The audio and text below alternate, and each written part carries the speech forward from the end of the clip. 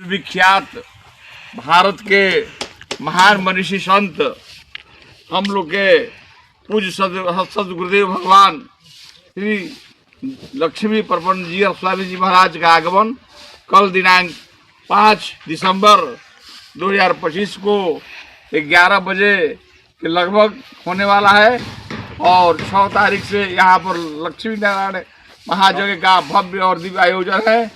यज्ञशाला तैयार हो चुका है। यज्ञशाला की तरफ कैमरा कर देंगे और यहाँ से 6 तारीख से लेकर के 11 तारीख तक श्री लक्ष्मी नारायण भगवान का 25 कुंडीय महायज्ञ की पूरी तैयारी हो चुकी है और लगातार यज्ञ चलता रहेगा।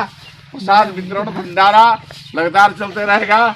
समय समय पर सुबह 11 बजे से लेकर रात्रि 10 बजे तक कथा प्रवचन आदि होते रहेंगे। शाम के समय श्री स्वामी जी का लक्ष्मी नारायण महायज्ञ का ये यज्ञशाला तैयार हो चुका है। इसमें 4 वेद हैं, 4 वेद के द्वार हैं, सामवेद, ऋग्वेद और यजुर्वेद, अथर्ववेद। सामवेद पश्चिमाभिमुख है, ऋग्वेद पूर्वाभिमुख है और अथर्ववेद उत्तराभिमुख है, यजुर्वेद दक्षिणाभिमुख है।